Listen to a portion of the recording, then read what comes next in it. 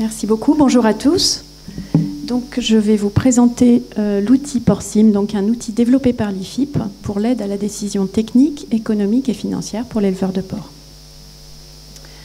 Donc, Porcim est un outil d'utilisation simple qui permet d'évaluer l'incidence d'un projet d'investissement sur le résultat économique et financier de l'élevage porcin. Donc, l'objectif est double. D'abord, analyser la rentabilité de l'investissement lui-même. Donc, pour cela, on se place à l'échelle de l'atelier porcin. Puis, dans un deuxième temps, on analyse l'impact du projet porc sur la trésorerie globale de l'exploitation. Donc là, on change d'échelle, on se place à l'échelle de l'exploitation. C'est un outil qui permet de générer des éditions synthétiques qui reprennent l'ensemble des indicateurs calculés et qui sont valorisables par tous les acteurs de la prise de décision, donc de l'éleveur jusqu'au banquier. L'objectif de Porcim était aussi de disposer d'un outil web, donc facile à mettre à jour, évolutif, voilà. Alors Porcim, c'est aussi, donc Philippe l'a évoqué, la réécriture complète d'un outil phare des années 1980.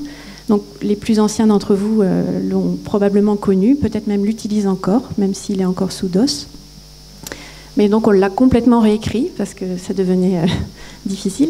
Donc on l'a adapté, surtout adapté aux nouvelles attentes des utilisateurs et placé dans le nouveau contexte de production. Donc Porcim, le nouveau Porcim permet de prendre en compte des projets aux objectifs diversifiés. Bien sûr des projets de création d'élevage, il y en a encore, mais aussi des projets d'évolution du type d'élevage. Donc des projets qui visent à restructurer ou à agrandir l'élevage en vue d'un développement de l'activité, mais aussi des projets qui visent à rechercher une cohérence de conduite, donc un changement de conduite en bande ou bien le rapatriement sur le site de l'ensemble des porcs charcutiers. Des projets qui s'accompagnent de dépenses à vocation technique ou sanitaire et notamment différentes modalités de dépeuplement-repeuplement. Et également des projets qui visent à changer de cahier des charges, donc les passages en bio, label, etc. Et très prochainement, donc je vous disais, c'est un outil évolutif, donc dans les prochains jours ou semaines, il sera possible aussi de traiter de projets avec vente de reproducteurs, ce qui n'était pas le cas au tout début. Alors, comment décrit-on un projet dans Porcim? Donc, le fonctionnement du modèle est finalement de décrire deux situations stabilisées, avant projet et après projet. Donc, avant projet, c'est la situation actuelle de l'éleveur. Et ensuite, on décrit la situation une fois que le projet sera bien en place en situation de croisière sur l'élevage. Le modèle va calculer le solde recettes moins dépenses entre ces deux situations stabilisées et donc va permettre d'estimer le gain d'argent généré par le projet. Donc, par exemple, on peut avoir une situation avant projet, un éleveur qui vend 10% de porcs en fin de post-sevrage, qui a 7 bandes de 38 truies en maternité, donc à peu près 300 truies présentes, qui va agrandir son élevage, passer à 50 truies par bande et engraisser 100% de ses porcs charcutiers sur site. Donc, on va décrire ces deux situations dans l'outil, mais on va aussi, au niveau de Porcim, s'intéresser à ce qui se passe entre les deux situations, c'est-à-dire comment on passe de l'une à l'autre, la période de transition, qui va s'accompagner de charges en plus, de produits en moins. Donc, tous ces éléments-là vont être pris en compte dans le modèle. Donc, on va décrire cette période de transition. L'utilisateur va devoir préciser les modalités de mise en place du projet. Donc, par exemple, ici, si on a une augmentation de cheptel, est-ce qu'il achète des cochettes ou bien des truies pleines? Les conséquences sur les résultats vont être différentes. Est-ce que le projet s'accompagne d'un dépeuplement-repeuplement? Si c'est le cas, quel va être le devenir des porcs qui restent en stock une fois que les truies ont quitté l'élevage? Est-ce qu'ils sont engraissés jusqu'au bout? Est-ce qu'ils sont vendus plus tôt? Voilà, tous ces éléments doivent être précisés pour pouvoir être pris en compte par le modèle. Et donc, le modèle va représenter la transition pour chaque flux de produits et de charges. Alors, on calcule, on renseigne ces éléments-là et le modèle prend en compte, c'est daté, donc tout est pris en compte dans le modèle. Après, c'est annualisé, le résultat est annualisé. Mais bon, on pourra évoquer ça après. Donc, Porcim présente deux niveaux d'analyse. Un premier volet, donc l'analyse de la rentabilité du projet porc. Donc là, on va caractériser le projet, décrire les dépenses liées à l'investissement, les incidences du projet sur les performances techniques et technico-économiques, sur les charges opérationnelles et de structure, ce qui va nous permettre d'évaluer l'impact du projet sur la marge surcoût alimentaire de l'atelier porcin et sur le solde recettes moins dépenses complet. Et tout ça va nous permettre d'apprécier la rentabilité du projet à l'aide d'indicateurs actuariels, donc la VAN et le TRI, qui sont des indicateurs en usage, compris dans les organismes financiers et que je vais expliciter dans quelques minutes. Cette analyse de la rentabilité sur Porsim se fait indépendamment des modalités de financement du projet, qui ne sont abordées que dans la partie analyse de trésorerie. Donc pour illustrer l'outil, j'ai mis ici les écrans de l'analyse de rentabilité. C'est un petit peu flou, j'ai l'impression, mais donc les 6 écrans. Donc on a d'abord 3 écrans qui permettent de décrire les situations avant projet et après projet. Donc le type d'élevage, sa taille, les performances, les modalités de mise en place pour la période de transition. Et voilà, au niveau de la partie G3T, GTE, donc ce qu'on a souhaité, c'était faciliter aussi, faire un outil simple, on l'a dit, et faciliter la saisie de l'utilisateur. Donc pour cela, on propose des séries par défaut, qui sont toujours modifiables par l'utilisateur. Donc on va proposer le résultat de l'élevage s'il est disponible, s'il est suffisamment à jour, et si bien sûr l'utilisateur a le droit d'accéder au résultat de cet élevage. Et sinon, on va proposer des références, donc d'un niveau moyen ou d'un niveau tiers supérieur, des références établies spécifiquement pour Porsim. Donc ici, sur mon exemple, j'ai repris les performances GTE en engraissement, passage d'un niveau moyen à un niveau tiers supérieur, donc une amélioration des performances. Donc l'augmentation du poids, la réduction des pertes va impacter le produit, la réduction de l'indice va impacter la charge alimentaire. Donc cet écart de performance va être traduit dans le modèle en écart de marge annuelle. Ensuite, on a 2 écrans qui permettent de renseigner l'incidence du projet sur les charges complémentaires de la GTE et les investissements. Donc les investissements, ici à l'écran, on va renseigner le coût total de l'investissement et leur durée de vie, donc la durée au-delà de laquelle l'investissement doit être renouvelé. Et lorsqu'on a des investissements, par exemple en matériel, sur des durées de vie plus courtes, ils vont être réinvestis automatiquement dans le programme.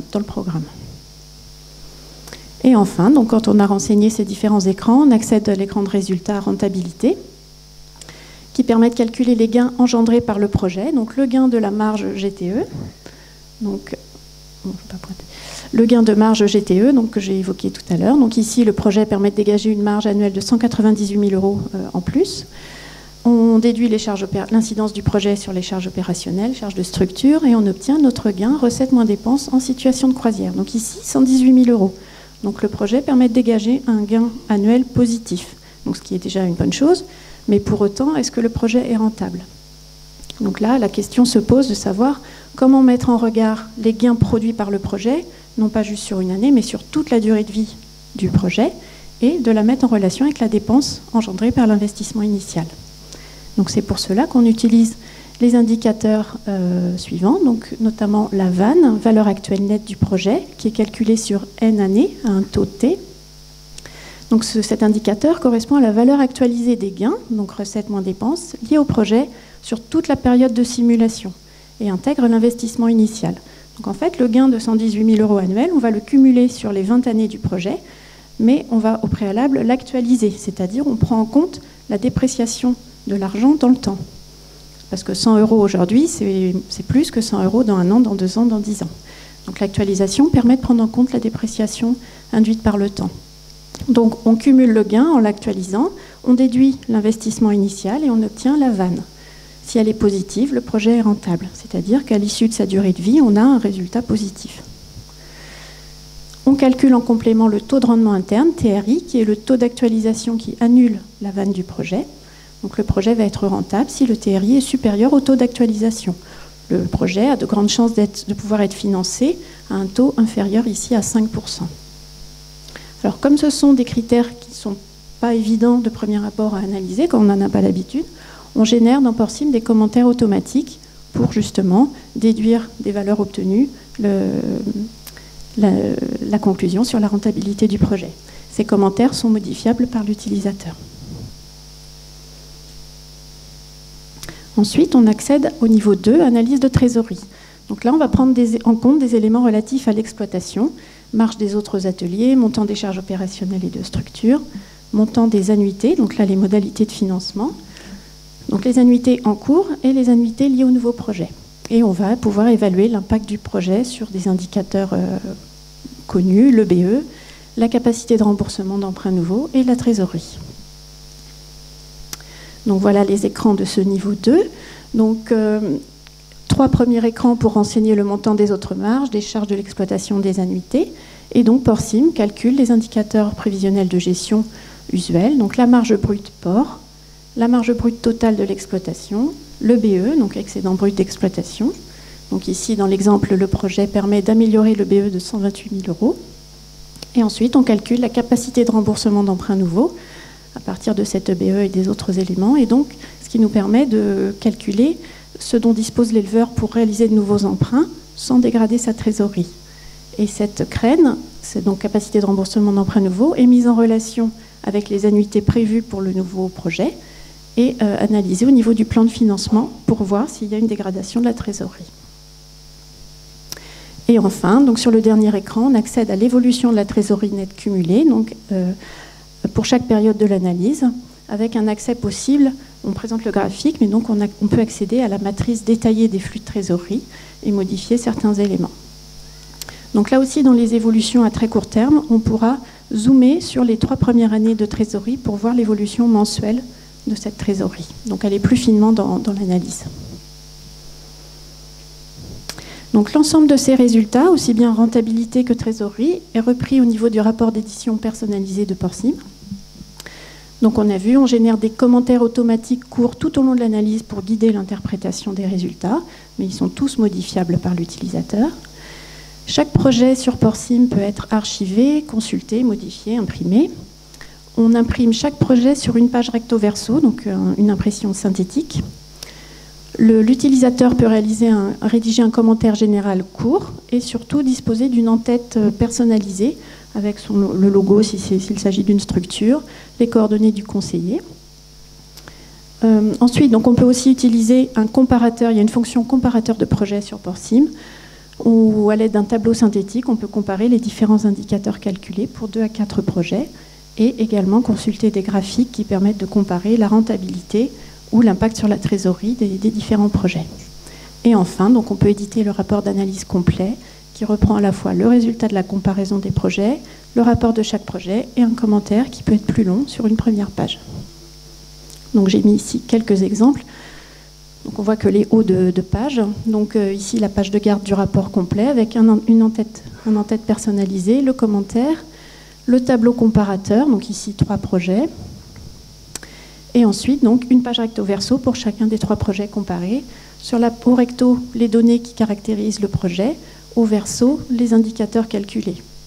Donc on retrouve l'incidence du projet sur la marge, la vanne, le BE, etc.